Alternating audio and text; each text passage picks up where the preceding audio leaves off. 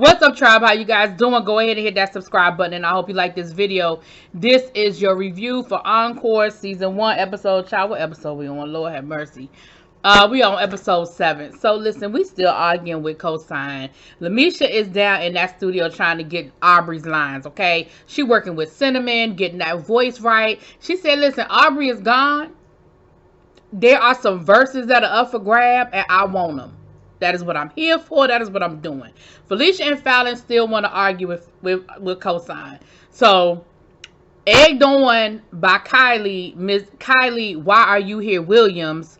They go back downstairs and they start arguing with Cosign again. And Cosign is like, "What the hell? Like, you said what you had to say. You cussed me out. You called me whatever you was going to call me. You said whatever you was going to say. Why we can't just move on? Like, I'm in the studio. I'm trying to help get this shit done. Like, what is the problem?" Sorry, I mean to cuss. So, Lamisha is like, "What is going on? Like, I don't even know what's going on." And Kylie, because Cosign turned to the rest of the ladies and was like, "Do all y'all feel that way?" And, you know, of course, Fallon, Kylie, and Felicia like, "Yeah, don't be looking at them. Yeah, we feel that way. Yeah, we feel that way." And Lamisha was like, "I don't know what's going on. What you mean? Like, I don't know what's happening here." And Kylie was going like, "But you agree with us.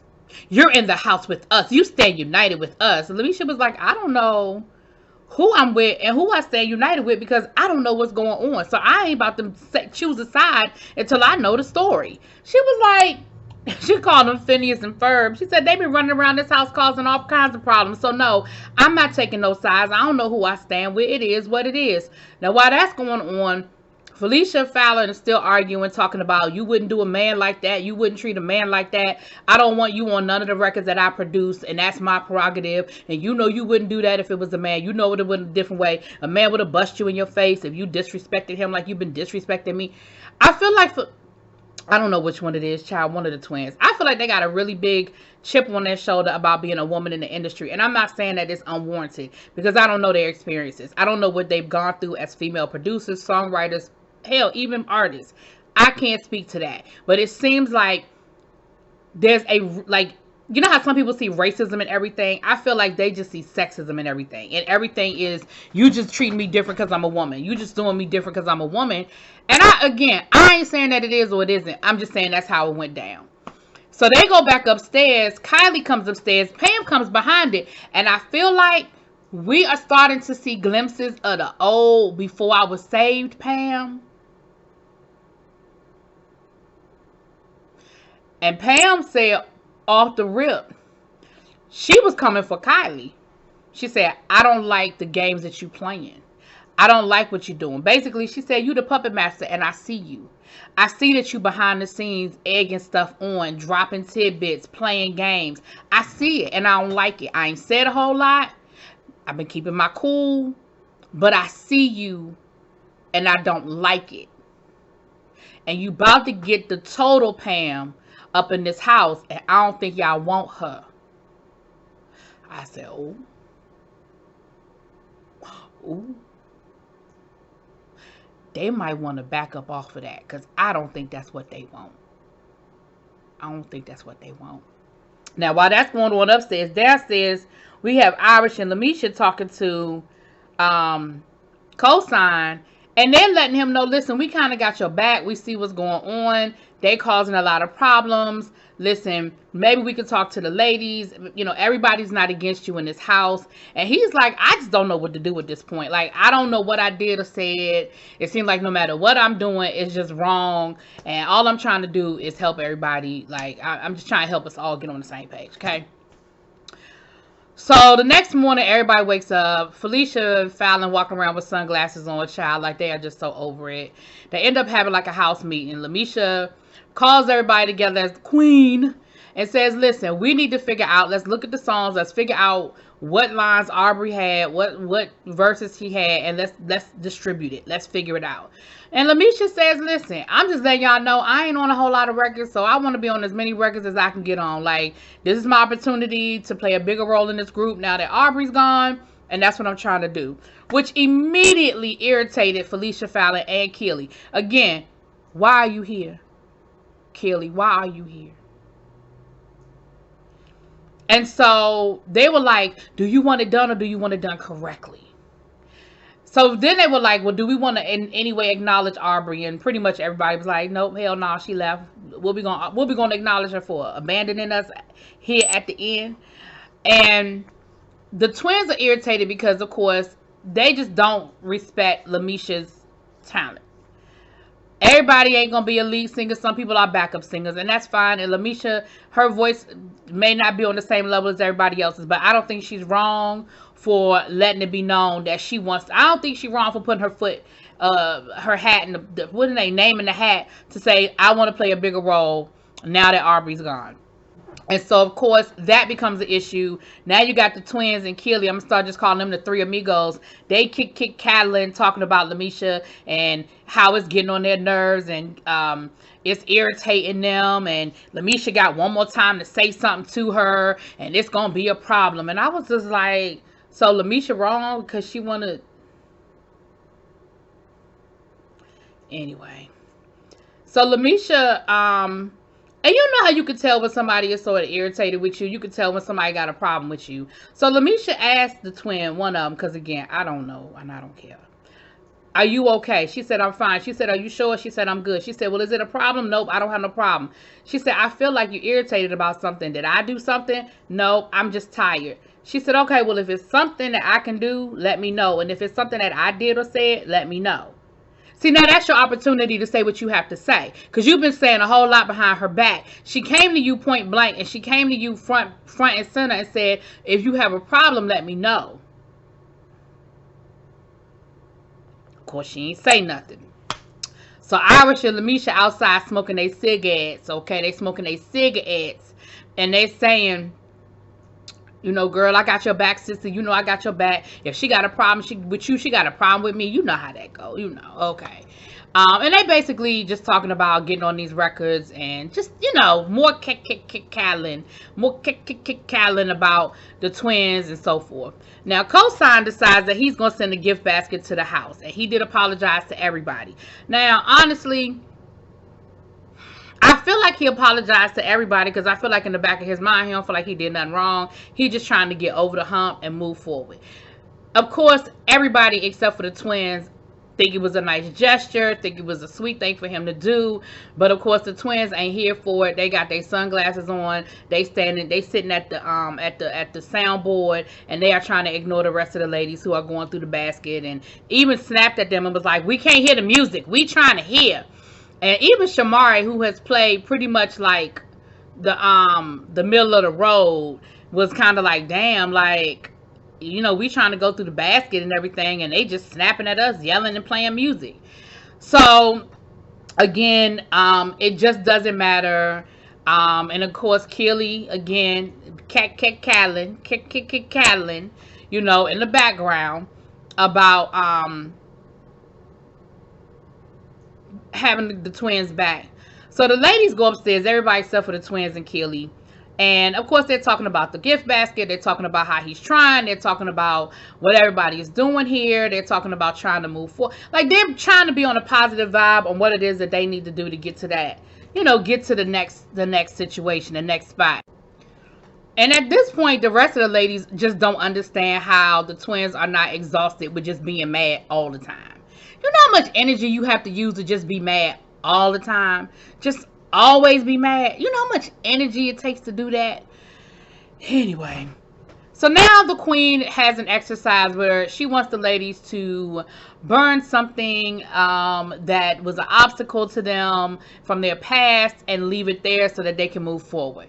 Keely goes first, and Keely has a bucket of unmarked KFC, which of course the infamous story of her throwing the KFC piece of chicken at Notori back in the day, and that was the end of 3LW, well, at least the end of that version of 3LW.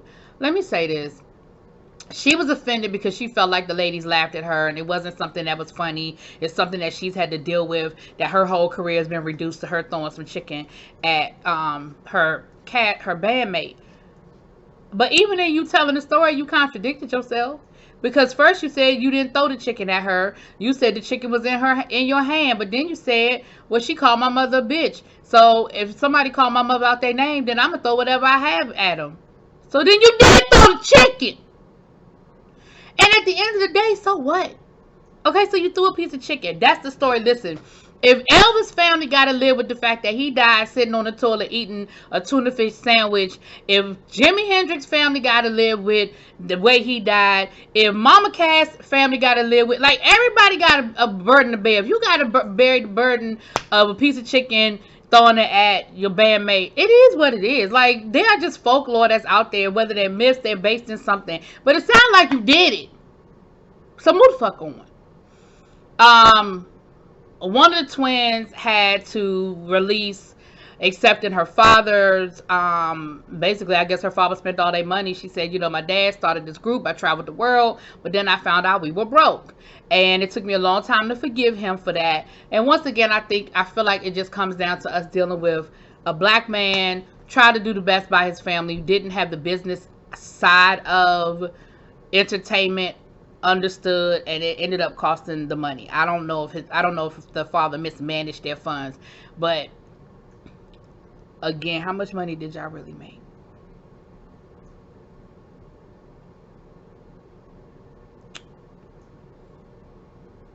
Okay. The other twin had to she burned the CD because she said that it represented the obstacles for females in the industry. Okay. Lamisha burned her leg warmers because she said that was her obstacle because she ain't a good dancer. Pam, I thought did a good job. Pam, she burned lies. Now, a lot of people have been talking about the fact that they got a problem with Miss Pam because of them lies that she told a few years back on her ex-husband and her ex-husband's new wife, I think Centoria Brown. And so she said, listen, even after I was saved and I found God, I'm still not a perfect person, and that was my burden, is that I'm a liar. She said I'm a liar. So I feel like she acknowledged the elephant in the room about what everybody's been saying. I don't remember what the hell Irish burn. What Irish burn, y'all? Y'all tell me what Irish burn. But then we got around to Shamari burned a VHS tape of behind the scene footage and never before seen footage of the Blackout album. Now, on one hand, I felt a little torn with that because I was like, girl, you can't get that back. Like, I feel like she probably already got it on DVD. Because who the hell still looks at a VHS tape? But I believe the significance of it because, again, we know that her group got sidetracked because their mentor passed away. Lisa left Eye Lopez. So now Nivea burned a rose from her mom's funeral and she said, she keeps it, she holds on to it because it just allows her, that she said the fact that she's continued burning it would be the acceptance that her mother really is gone. That's what I was trying to get out. Lord, it took me forever. So after the ceremony was over, Nivea was out there, she was out there, and honestly, she's questioning that this is just where she needs to be. She was like, I've never been in a girl group before. I didn't understand it was going to be this catty. I didn't understand it was going to be this difficult for women to work together. And, I don't hang around a lot of women. I don't deal with a lot of women. So this has just been a lot for me. Pam and Iris come out there to talk to her, and she basically says, I was kind of enjoying the quiet. Hint, hint, leave me the hell alone. And they said, well, girl, if you need me, let me know. All right, we're going to go back inside. That kind of thing. So we get back in the studio, and at this point, all the songs are done. I guess they have met whatever the criteria they needed to meet for the songs, and now it's just a matter of them focusing on the performance, the choreography, the vocals, all of that for the live performance.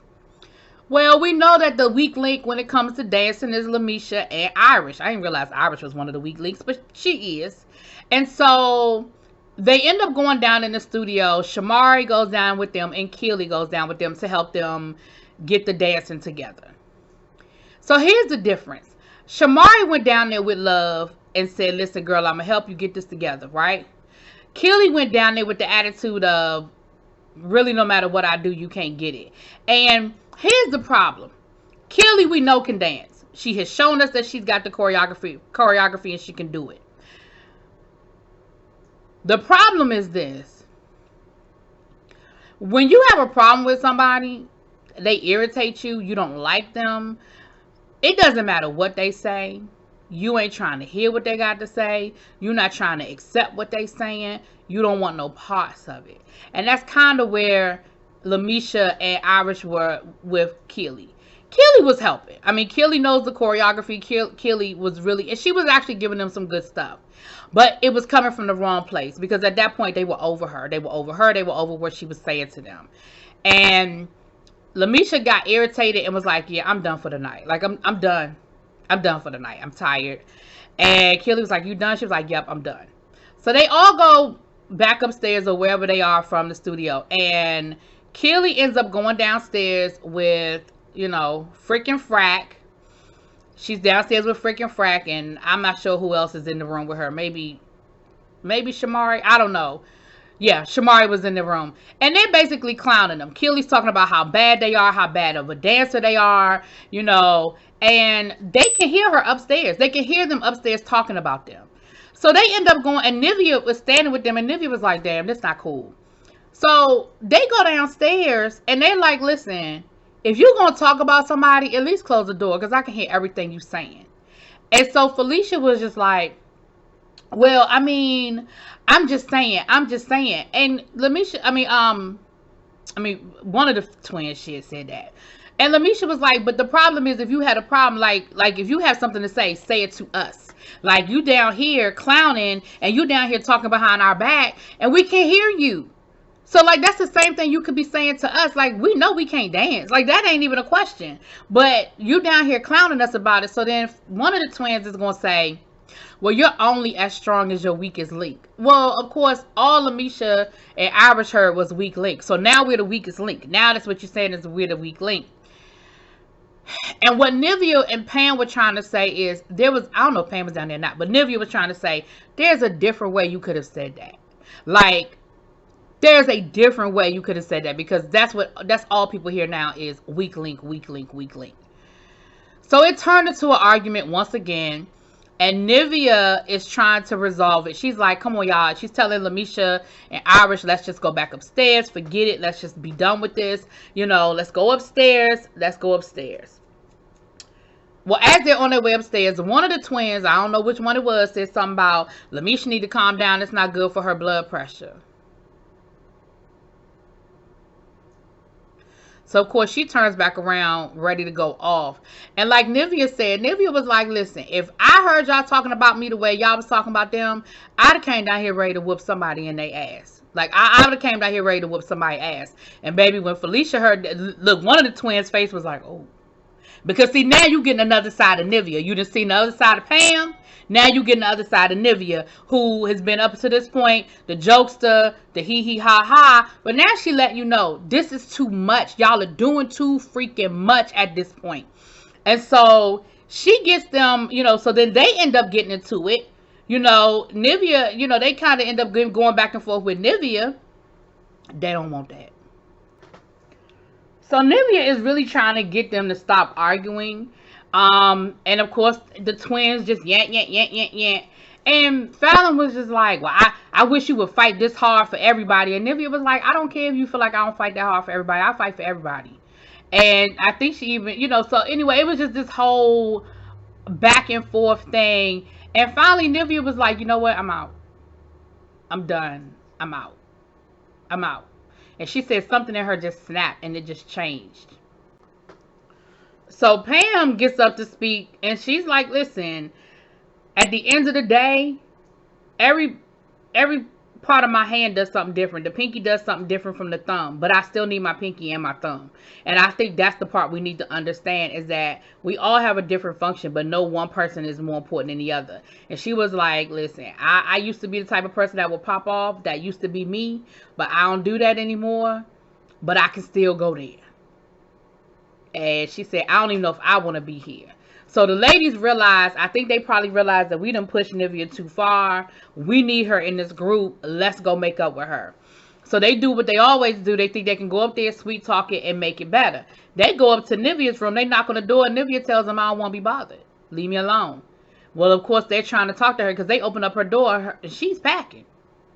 And so they're like, what are you doing? No, don't go. What are you doing? What are you doing? She was like, I'm done. I'm out. Leave me alone. I don't want to talk to you. Leave me alone. I don't want to talk to you. Well, of course, they kept trying to talk to her, and they gonna walk in the room, and she goes off. She said, listen, I told you I didn't want to talk. Don't roll up on me because I told you I didn't want to talk to you.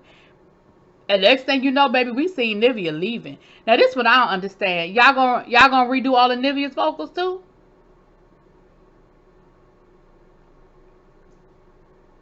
That's what you're gonna do? So, child, we down to, I don't know how many, I forgot how many we damn started with, but we down to less than that. And Pam talking about leaving too. Now, I don't think Pam gonna leave because she said God sent her. So I think she feel like leaving early would be against what, that God want her there in the middle of this mess for whatever reason. So I don't think Pam gonna leave. But baby, it's a mess. Y'all let me know what y'all think though. Drop it in them comments. Peace.